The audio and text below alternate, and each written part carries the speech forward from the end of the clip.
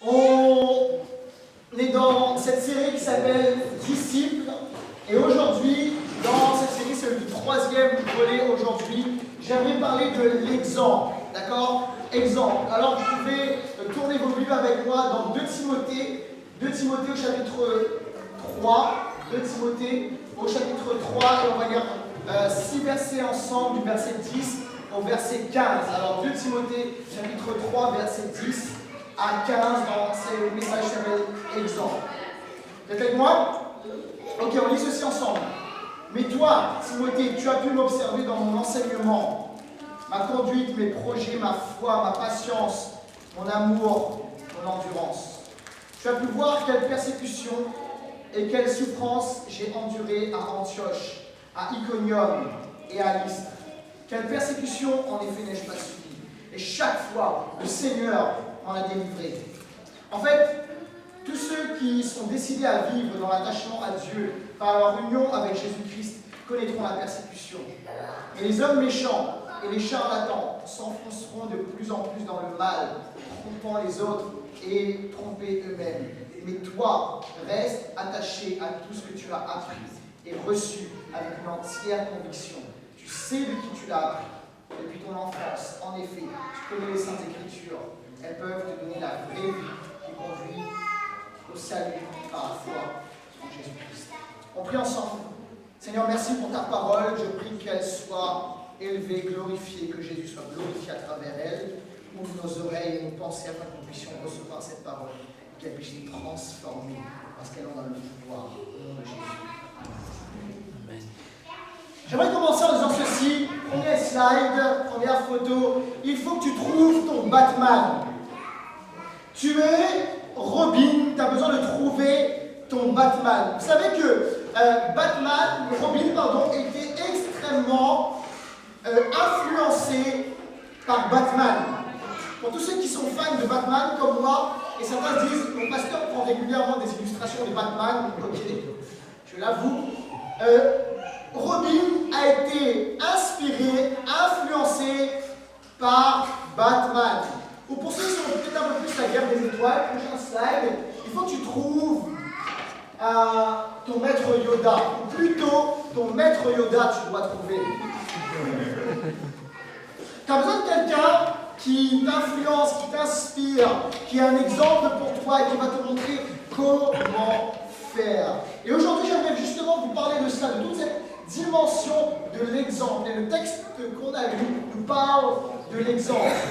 J'aimerais voir avec vous comment devenir ou faire un disciple.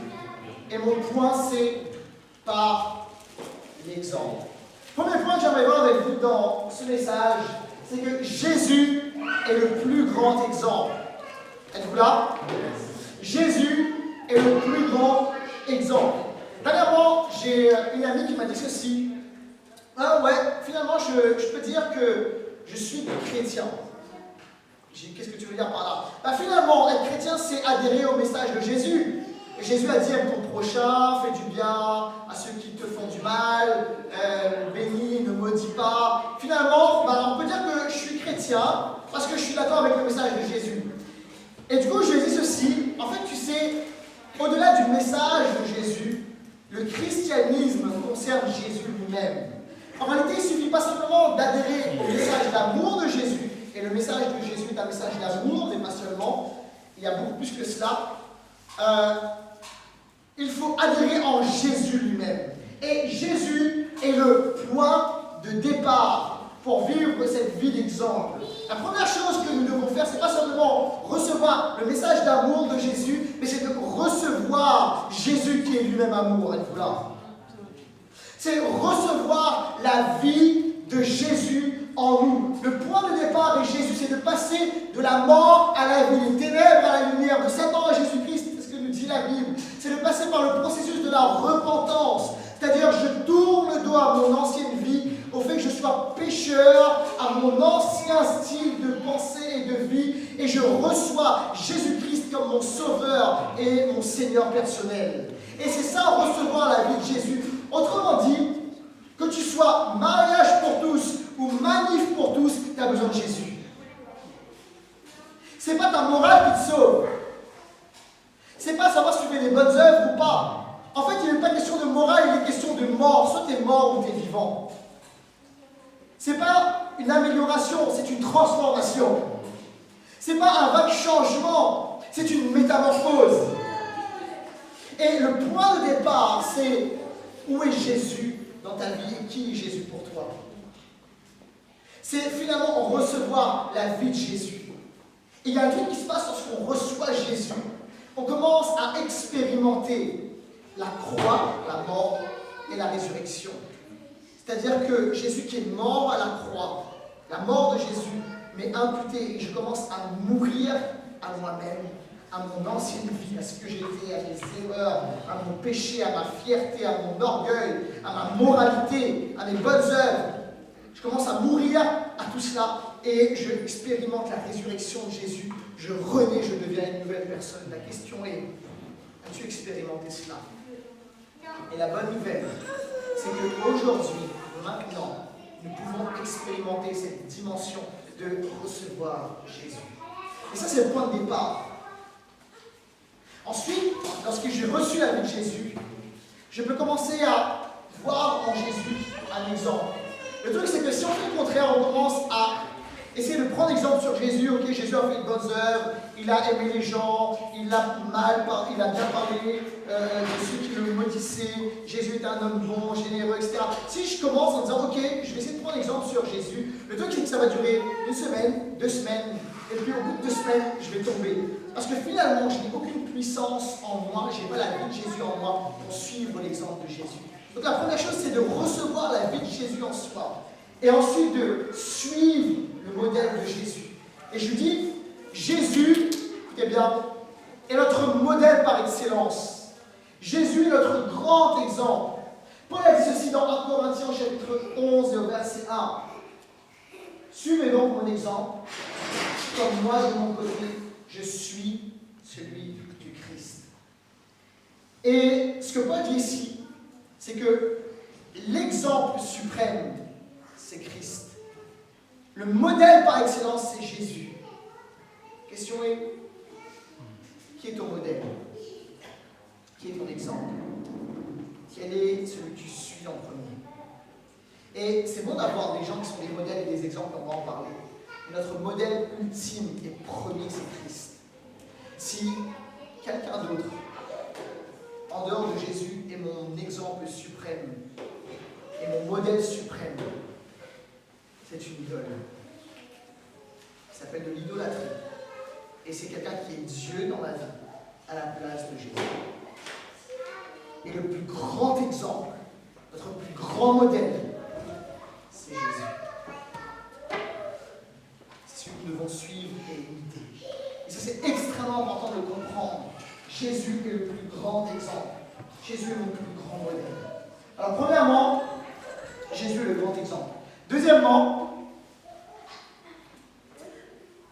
un exemple dans une société sans exemple. On a lu ensemble le passage de 2 Timothée, chapitre 3, et je vais vous expliquer un peu le contexte de 2 Timothée. Timothée est pasteur dans une ville qui s'appelle Éphèse. Et vous devez comprendre, il faut comprendre cette ville d'Éphèse. C'était une ville extrêmement particulière. Et être pasteur leader dans cette ville était un peu compliqué. Voici les caractéristiques d'Éphèse et des similitudes avec Paris. 3 caractéristiques. Éphèse était une ville, premièrement, riche. Il y avait énormément d'argent, c'était une ville commerciale, c'était une ville de business, c'était une ville où il y avait des échanges bancaires, une ville riche. Deuxièmement, c'était une ville spirituelle. La ville d'Éphèse était particulièrement connue pour être l'endroit, la ville qui hébergeait le temple d'Artémis, une déesse que les gens venaient adorer en masse, en foule, qui s'appelait Artémis. Donc un lieu très spirituel. Si vous lisez dans les Actes, on peut voir ensemble, par exemple dans Actes chapitre 19, au verset 19, on peut voir ceci, c'est qu'il y avait une forte activité spirituelle, mais pas spirituelle du bon côté, c'était spirituel démoniaque. Alors certains vous dites, ok Laurent, on est à Paris, j'ai fait des études, on est en 2016. Ok, écoute-moi bien. Je suis né à Paris 14e, j'ai fait des études, et je suis bien en 2016 avec toi. Mais, voilà, le truc c'est que je suis pas fou, mais Dieu existe et les puissances spirituelles démoniaques existent aussi. Et je l'ai expérimenté, je l'ai vu. Et la Bible n'est pas un vieux livre juste avec de la mythologie, des histoires, c'est vrai. Et la ville d'Éphèse vivait ces choses-là. Acte 19 dit ceci: et beaucoup de ceux qui avaient exercé la magie apportèrent leurs livres de sorcellerie, les mirent en tas et les firent brûler aux yeux de tous. Leur valeur fut estimée à 50 000 pièces d'argent. Beaucoup de sorcellerie, beaucoup de choses horribles, occultes. Et lorsque les gens se convertissaient, devenaient des chrétiens, ils brûlaient leurs livres de magie. Donc spirituel et démoniaque. Troisièmement, Éphèse était une ville de perversion sexuelle. Je vous l'ai dit, il y avait le temple d'Artémis. Et il y avait tout autour du temple d'Artémis de la prostitution sacrée. Et les marins venaient pour rencontrer ces prostituées sacrées, entre guillemets. Quel antagonisme, prostitution et sacrée.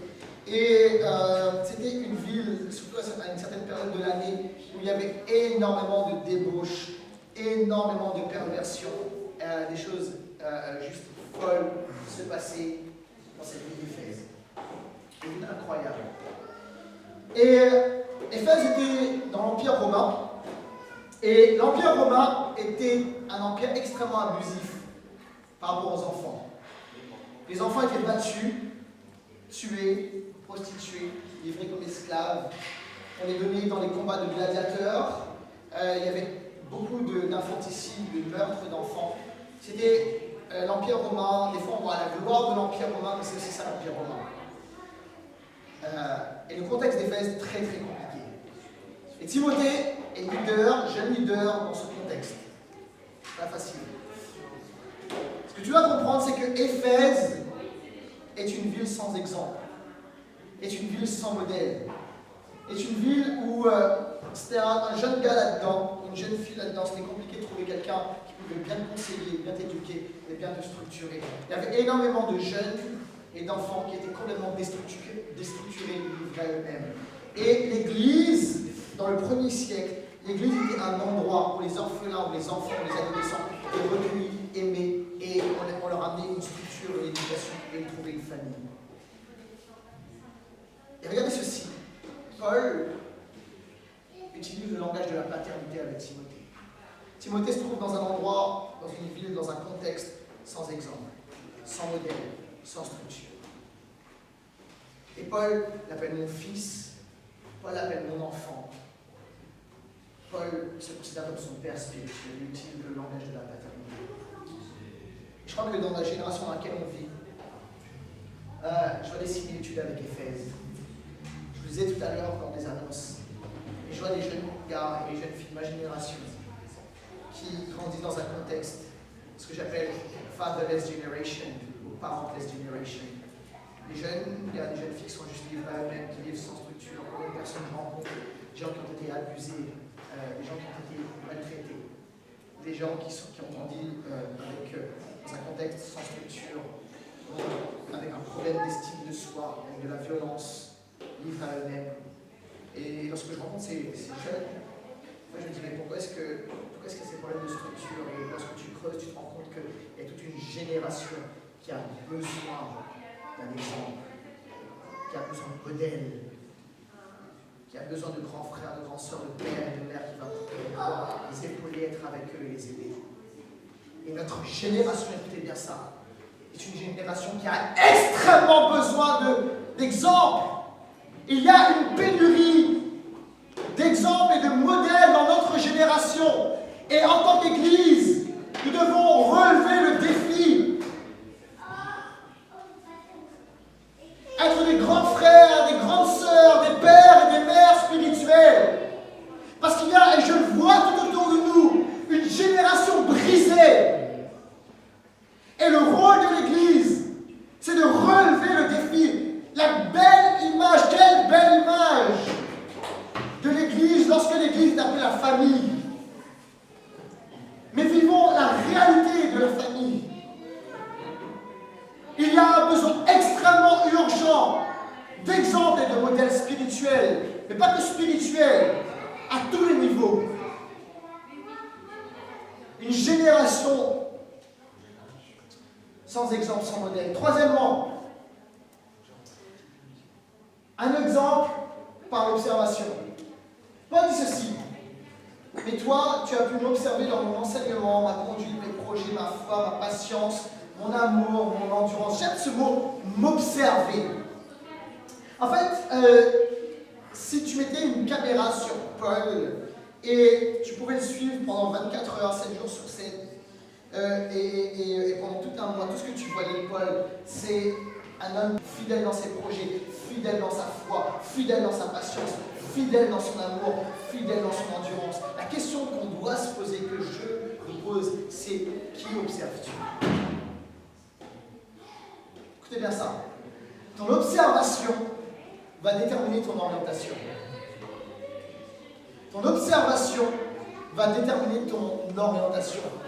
Je me souviens lorsque je prenais des cours de conduite il y a quelques années de cela, à l'auto-école, et je me souviens ce que disait ma monitrice d'auto-école. Elle me disait, regarde bien devant toi, et lorsque tu fais tes contrôles, tu jettes un coup d'œil, et reviens rapidement à regarder devant toi, devant la route. Et parce que ce que tu regardes, ton observation, va déterminer ta direction, ton orientation. Si tu marches sur une poutre, et tu mets à regarder sur le côté et à tes pieds, et ce qui va se passer, c'est que tu vas commencer à perdre l'équilibre. Et pour tous ceux qui ont l'habitude de faire de la gymnastique et de marcher sur les poutres, est-ce qu'il y a des gens qui ont l'habitude de faire ça? Non. Ce qui est conseillé, mais je me souviens lorsque j'étais les cours de PS, on nous disait de regarder devant soi et de marcher en regardant devant soi. Là, je regarde la caméra. Tu vois qu'il y a derrière ton ordinateur. Et regarde l'endroit où tu veux te diriger. Ton observation va déterminer ton orientation. Qu'observes-tu? Ouvre sur tes yeux. Qui est ton exemple? Qui est ton modèle? Où est ton cœur? Ce que tu observes va déterminer ta direction. Et Timothée a observé Paul. C'était le protégé de Paul. Paul était maître Yoda, Timothée était le jeune padawan. Et Timothée a observé Paul. Il était en voyage avec lui. Il était dans ses galères et il a observé. Observer implique de passer du temps, implique des relations fortes. Et lorsque tu observes quelqu'un que tu vis, quelqu'un tu le connais à tous les niveaux. Si tu veux savoir qui est réellement cette personne, une personne, demande à la personne avec laquelle elle vit. Demande à sa femme, demande à son mari, demande à ses enfants. Parce qu'elle a donné lorsque la porte est fermée. Et Paul n'a pas à rougir et il dit ceci à Timothée, tu vas observer. Et il a observé Timothée dans chaque niveau de sa vie. Il a passé du temps avec Timothée. Et ce que j'aime avec cette dimension de l'observation, c'est que ça touche tous les niveaux de notre vie. Plusieurs ici, on a besoin d'apprendre et d'observer. Ce qui est extraordinaire, c'est que j'étais à New York il y a quelques semaines de cela, c'est que j'étais à un meeting pastoral dans l'Investimenti Grace Church. Et j'étais là juste en observation. Et il y avait une dizaine de pasteurs qui étaient là et ils étaient en meeting de préparation de sermon. Et du coup, j'étais là en train de prendre des notes et je regardais comment le lead pasteur, John Tyson, conduisait ce meeting de préparation de sermon.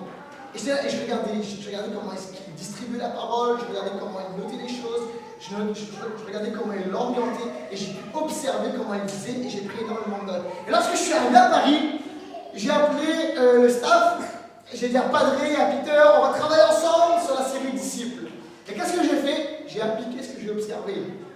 Et c'était facile, c'était cool. En réalité, ça vient pas de moi. C'était lourd et c'est parce que j'ai observé et j'ai appris. Lorsqu'on observe, on apprend. Plusieurs gars ici, vous avez besoin d'observer comment on tient un budget. Ça, c'est un budget, qu'est-ce que c'est? Ça veut dire quoi? Les finances, ce qui se passe, c'est que quand j'ai plus d'argent et que je suis dans le rouge et que j'arrive plus à retirer, ben je peux plus, je m'arrête quoi. Le concept d'un budget pour certains c'est un peu quelque chose d'étranger. Okay? Et on a besoin d'apprendre avec des gens qui savent tenir un budget, des gens qui sont matures, des gens qui ont roulé. Comment tenir un budget? Les gens, vous avez besoin d'apprendre à peut-être simplement, vous avez besoin de conseils dans l'éducation des enfants. Vous avez besoin de conseils sur comment planifier ces journées, comment gagner du temps. Vous avez besoin de conseils dans la prière, observer la prière, parce qu'on a prié. Vous avez besoin, plusieurs ont besoin peut-être de conseils sur comment étudier la parole de Dieu, comment vivre un mariage équilibré. Et plusieurs personnes peuvent vous apporter leur expérience, leur retour d'expérience, en les observant et en regardant comment est-ce qu'ils vivent, nous pouvons apprendre. Et Paul et Timothée a appris de Paul en l'observant. Le concept de l'observation est extrêmement puissant. Cette semaine, avec mon épouse, on n'a pas beaucoup dormi. Alors si vous nous voyez en train de piquer lorsque je vous parle, c'est normal. À plusieurs reprises, Augustin s'est réveillé très, tôt ou tard, vers 2h30 du matin.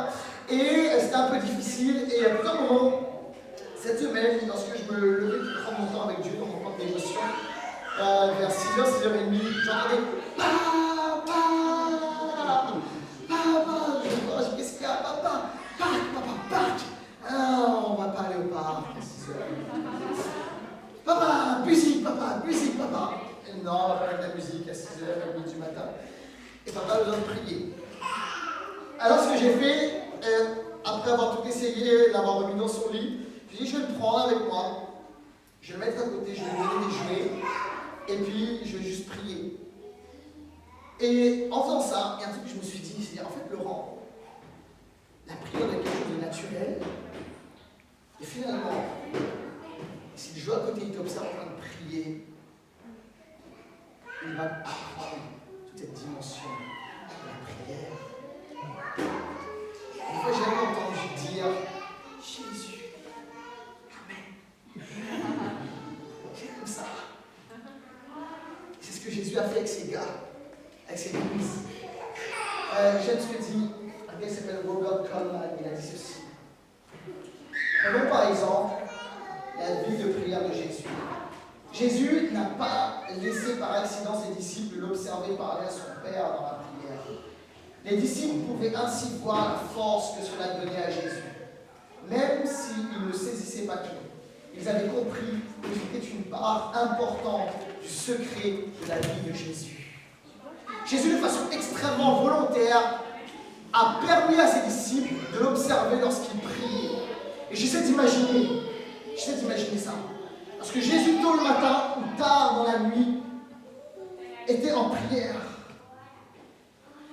Père, que ta volonté soit faite sur la terre et au ciel. Père, délivre ce peuple du mal. Père, donne-moi le Saint-Esprit. Donne-moi ta force pour guérir des malades. Donne-moi des paroles de connaissance. Donne-moi de guérir ceux qui ont le cœur brisé. Donne-moi d'aller vers les pauvres et ceux qui sont rejetés. Père, donne-moi d'accomplir la mission de Dieu et d'apporter le royaume de Dieu ici-bas. Père, remplis-moi de force. Père, comme toi et moi, nous sommes un. Permets que ce peuple soit un, Père. Et j'essaie d'imaginer les disciples s'approchant et observant Jésus prier. Et Pierre, le maître ne prie pas comme les pharisiens. Et Pierre, le maître ne prie pas comme les docteurs de la loi. Il prie différemment.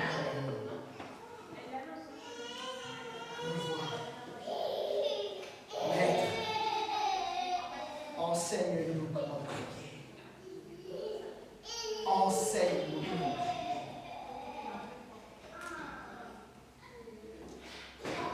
Et ce qui m'a bouleversé dans la prière, c'est mon oncle. Quelqu'un qui vit une relation extrêmement forte avec la prière. Et il m'a aidé à comprendre que la prière était importante. en l'observant. Et moi, je l'entendais et j'allais près de sa chambre. Et il prier. Et j'entendais prier avec supplication. Je voyais comme une relation avec Dieu et un cœur pour le peuple. Observation. 4. Celui qui est un exemple dans la souffrance. Regardez ceci, dans le passage qu'on a lu. Paul dit ceci à Timothée: tu as pu voir quelle persécution, quelle souffrance j'ai endurée à Antioche, à Iconium et à Lystre. Quelle persécution en effet n'ai-je pas subi? Et à chaque fois, le Seigneur m'en a délivré.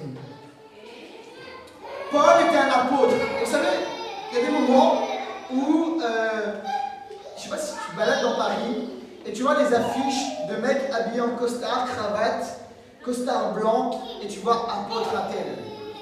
Le truc, c'est que, est-ce que tu as le style d'apôtre à être passé par la persécution, par la souffrance? Tout ce qui t'intéresse, c'est pseudo-apôtre, c'est le costard, l'argent et les jets privés. Paul était le genre d'apôtre qui a vécu dans la souffrance pour Jésus. Et lorsque Timothée, qui a vécu avec Paul, voyait Paul en train d'enlever sa tunique le soir, il pouvait voir sur le corps de Paul une marque de sa fidélité pour Dieu. Parce que Paul a été battu, jeté en prison, persécuté. Son corps a souffert de la faim, du froid, des attaques des bêtes sauvages. C'est d'imaginer. J'imagine Paul, c'est une révélation de Dieu, de Jésus. Jésus qui dit: Paul, tu vas devenir un apôtre. Et en fait, ce que signifie être apôtre, c'est-à-dire te prendre des coups de fouet. J'imagine Paul en train de se prendre des coups de fouet. En fait, Jésus, je n'avais pas vraiment compris les choses comme ça lorsque tu m'as dit que j'allais devenir apôtre. Ok. Et Paul dit ceci: à 3 reprises, j'ai été battu de 40 coups moins 1. En fait, pourquoi est-ce que Paul dit 40 coups moins 1? Parce qu'il disait qu'à 40 coups, c'était la mort. Ce que Paul dit, c'est que à 3 reprises, je suis passé près de la mort et le corps de Paul porte les marques de sa fidélité. Timothée, qui est là à Éphèse et qui passe par des moments difficiles, il passe par des moments de découragement. Parce que Paul lui dit: Étienne, assieds-toi. J'ai souffert la persécution. Et crois-moi, Jésus est fidèle. Ça vaut le coup, mon gars. Et pas jeune padawan, ça vaut le coup. Je peux l'écouter. Et on a besoin de gens qui vont pouvoir nous enseigner, être des exemples. Des gens qui ont fait des pas de foi pour Jésus. Des gens qui ont été des héros de la foi. Des gens qui vont nous dire: ça vaut le coup de sacrifier pour Christ. Voici l'histoire que j'ai à te raconter. Voici le sacrifice que j'ai pris dans ma vie. Voici la souffrance par laquelle je suis passé pour Christ. Mon gars, ma fille, ça vaut le coup. On a besoin de ça. Et Jésus parle, l'auteur de l'Épître aux Hébreux parle des héros de la foi. C'est par la foi qu'un tel a accompli cela. Et nous avons besoin de gens qui vont nous motiver, qui seront des héros de la foi et qui vont nous dire: ça vaut le coup de souffrir pour Christ, ça vaut le coup de faire le sacrifice pour Jésus, ça vaut le coup d'abandonner des choses. Le Seigneur est fidèle, mon gars, ma fille, ça vaut le coup. Et je vais vous inciter et vous motiver à lire des biographies. J'ai lu des biographies et ça me fait du bien. Des gars comme Dietrich Bonhoeffer, qui était un pasteur pendant la Seconde Guerre mondiale et qui s'est opposé à Hitler, un gars extraordinaire. Vous pouvez lire cette biographie extraordinaire. Des gens comme Corrie ten Boom, qui a été déportée, une juive chrétienne qui a été déportée pendant la Seconde Guerre mondiale. Des gars comme Charles Spurgeon, un planteur d'église, qui a fait des pas de sacrifice pour Christ. Et des gens comme Martin Luther, ou aujourd'hui, des personnes comme Mark Driscoll. Avant d'affronter l'église Impulsion, j'ai lu un livre qui s'appelle The Confession of Reformation Rave de Mark Driscoll, où le gars raconte toutes ses galères lorsqu'il a implanté l'église. Et lorsque je passe par des moments difficiles, parce que de temps en temps il y en a, même si vous êtes gentil, pas de problème, mais des fois il y a quand même des moments difficiles, je repense à ce bouquin et je repense à toutes ces galères. Parce que ce gars-là, il ne joue pas la rockstar en disant tout était super bien. Il raconte des galères de finances, des galères de salle, des galères dans son mariage, des galères avec les gens, et il raconte les erreurs qu'il a pu faire, énormément d'erreurs qu'il a pu faire. Il parle de tout ça. Et quand tu lis ça, ça te fait du bien. Des gens, je vous incite à lire des gars comme Matt Chandler, un gars qui a survécu à un cancer au cerveau, et il raconte comment il a rencontré Christ d'une manière particulière dans cette épreuve. Et il y a au-delà des biographies, des personnes en chair et en os qui peuvent vous parler de leur sacrifice. Et ça forme les disciples. On a besoin d'exemples dans la souffrance. Avec moi 5. Oh Laurence, comment il prêche les confesseurs de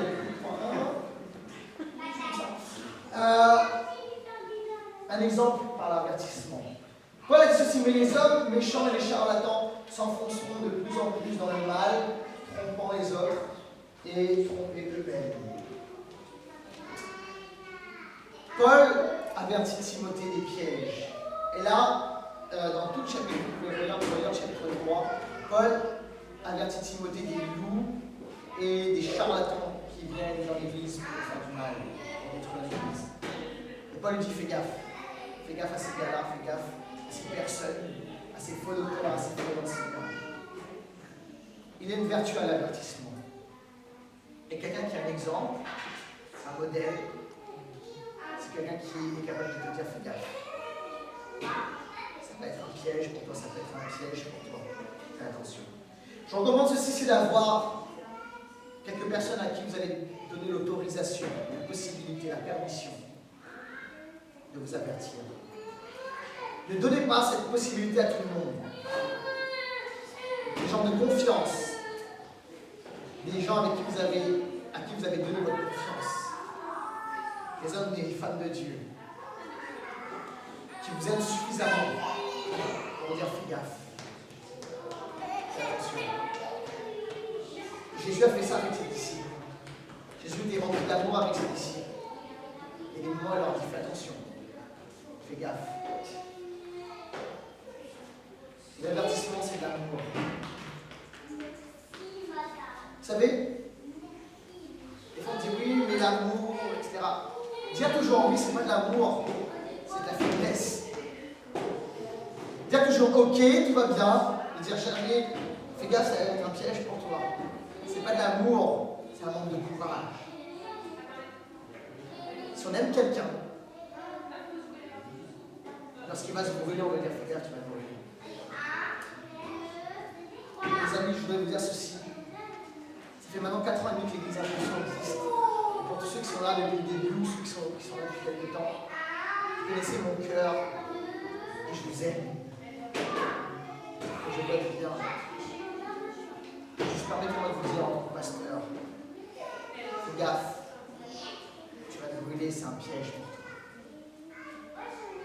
Et si on ne le fait pas, c'est pas de l'amour. La faiblesse.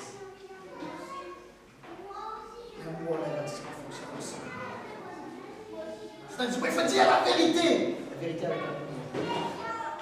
Les gens qui sont juste prêts à dire la vérité, mais pas dans l'avertissement, dans l'amour, les gens sont blessés. Et en fait, l'amour et la vérité sont comme 2 pédales d'un vélo. Ça marche ensemble. Et Dieu est amour, et Dieu est saint. Les deux. L'amour et la sainteté fonctionnent ensemble.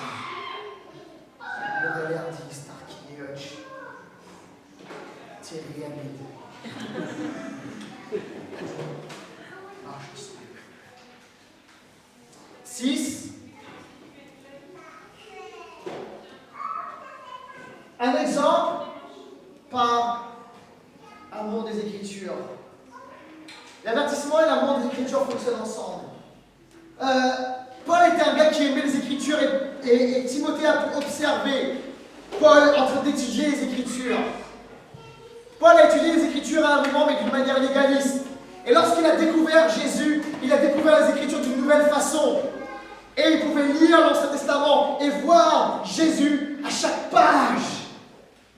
Et j'imagine Timothée en train de voir Paul étudier les Écritures, aimer la parole, dévorer la parole au quotidien. Paul était un gars qui aimait la parole de Dieu, qui aimait les Écritures. Et lorsqu'il écrit ses lettres, il fait souvent référence à l'Ancien Testament et il connaissait très bien la parole de Dieu. Et il a transmis cet amour à Timothée. Et dans la lettre qu'on a lue, il veut transmettre cet amour à Timothée. Et il lui dit ceci: reste attaché. Les amis, restons attachés. J'ai un iPad, mais imagine que c'est une Bible papier, ok? Restons attachés à la parole de Dieu. Paul dit à Timothée: développe une discipline dans la parole. Étudie les Écritures. Prends plaisir dans les Écritures. Parce que les Écritures te révèlent Jésus. En réalité, c'est parce que les Écritures nous montrent Jésus, nous révèlent Jésus, nous peignent un portrait extraordinaire de Christ. Et vous savez, il y a ce qu'on appelle la grâce commune. C'est-à-dire que Dieu a semé son image dans toute la création. Alors on est capable, on peut aller dans la forêt et voir l'image de Dieu. Moi personnellement, au bout d'un moment, la nature c'est joli et tout, mais je vois plus l'image de Dieu dans la ville. Okay? C'est-à-dire, toute la vie, c'est moi je vois l'image de Dieu, je vois la créativité de Dieu. Et ça c'est ce qu'on appelle la grâce commune, c'est-à-dire que Dieu a semé son image partout. C'est ce que la Bible nous enseigne, d'accord? On peut voir la beauté, l'image de Dieu partout, c'est la grâce commune. Mais il y a une révélation spécifique qui est dans les Écritures, dans la Bible, dans la parole de Dieu. Et dans les Écritures, nous pouvons voir Jésus. Et Paul dit aussi à Timothée, vous allez voir ça, reste attaché à tout ce que tu as appris avec une entière conviction. Tu sais de qui tu as appris depuis ton enfance. En effet, tu connais les saintes Écritures. Jésus aimait la parole. Jésus était la parole faite chair, mais il aimait la parole écrite. Et les commentateurs bibliques, les théologiens disent que Jésus, on compte au moins 66 références à l'Ancien Testament dans les dialogues entre Jésus et les disciples, dans les 4 évangiles. Au moins 66 références à l'Ancien Testament. Et lorsque Jésus parlait, enseignait, il faisait très souvent référence à l'Ancien Testament. Pourquoi pas le Nouveau? Parce qu'il n'était pas écrit pour ça. Jésus citait la parole de Dieu, il citait les Écritures. Parce qu'il voulait communiquer, il voulait donner un amour contagieux. Et vous savez les amis, je voudrais qu'on puisse être un peuple qui aime la parole, qui développe une discipline dans la lecture des Écritures, qui prend plaisir. Pas dimanche prochain parce qu'on sera ailleurs, on va faire la fête à la caravane, mais dans 2 semaines, je vais apporter un message sur les Écritures. Donc on aura le temps de développer cela. Et prenons plaisir dans le livre. Parce que le livre révèle Jésus. Le livre révèle Jésus. C'est la révélation spécifique de Jésus. Je vais finir avec ceci. Je demande à l'équipe de louange de pouvoir revenir s'il vous plaît. Je vous ai parlé tout à l'heure de Mark Driscoll qui m'a influencé. Certains peut-être, combien ont entendu parler de Mark Driscoll? Plusieurs ici. Et peut-être que si vous tapez Mark Driscoll sur internet, sur Google, vous allez voir qu'il y a des choses, pas mal de choses négatives à son sujet. Des choses qui sont vraies, des choses qui sont fausses. Dans la biographie que j'ai lue, qui s'appelle Confession of Reformation Rage, Mark Driscoll raconte les problèmes qu'il a eu au début de son ministère. Et il explique comment il est passé de jeune prophète en colère à un père qui enseigne les Écritures. Parce que ce qui s'est passé, lorsqu'il était à l'université, à la fac, il a rencontré une fille qui s'appelle Grace, qui était une fille pasteur rebelle à Dieu. et ils ont commencé à sortir ensemble.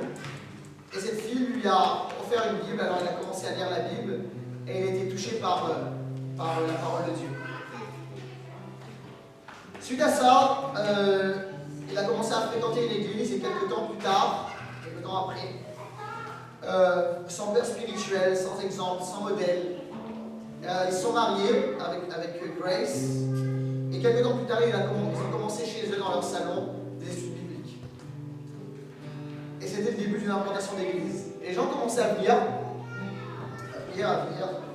Et en fait, ce petit groupe d'études bibliques a commencé à grandir. Et c'est devenu une église. Sauf qu'il n'avait pas de mentor, pas de père spirituel. Et il raconte qu'il était extrêmement en colère. Son mariage n'allait pas bien. Il n'était pas formé. Il raconte qu'il a fait beaucoup d'erreurs. Des moments où il était en colère contre les gens. Il raconte qu'il a manqué d'amour. Et il y a des périodes, pendant les premières années, les 5 premières années de son ministère, où il y a des moments où il était dur et abusif. Et à la suite de cela, il s'est fait entourer de leaders et de personnes qui ont pu l'aider. Et le truc, c'est que l'église a grandi très rapidement. Et il a un grand don d'enseignement extraordinaire. Et avec ce charisme, il n'avait pas le caractère qu'elle est avec. À cause de quoi? Parce qu'il n'avait pas d'exemple.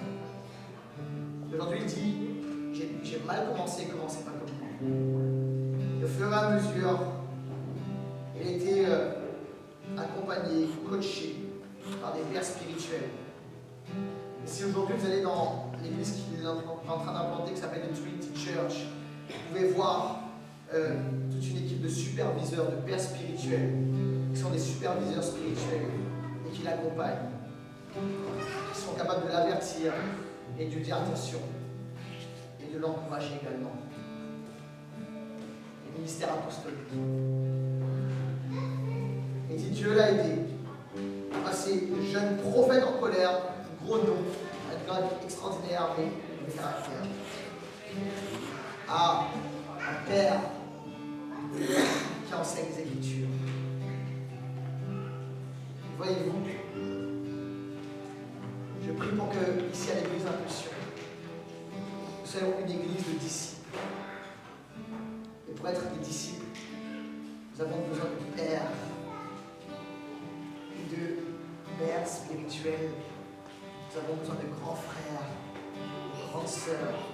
Nous avons besoin de gens qui vont pouvoir nous accompagner, nous aider, des gens que nous allons pouvoir observer, des gens pour lesquels, des gens qui vont pouvoir prier pour nous. Ne pas vivre la vie chrétienne sans cela. L'église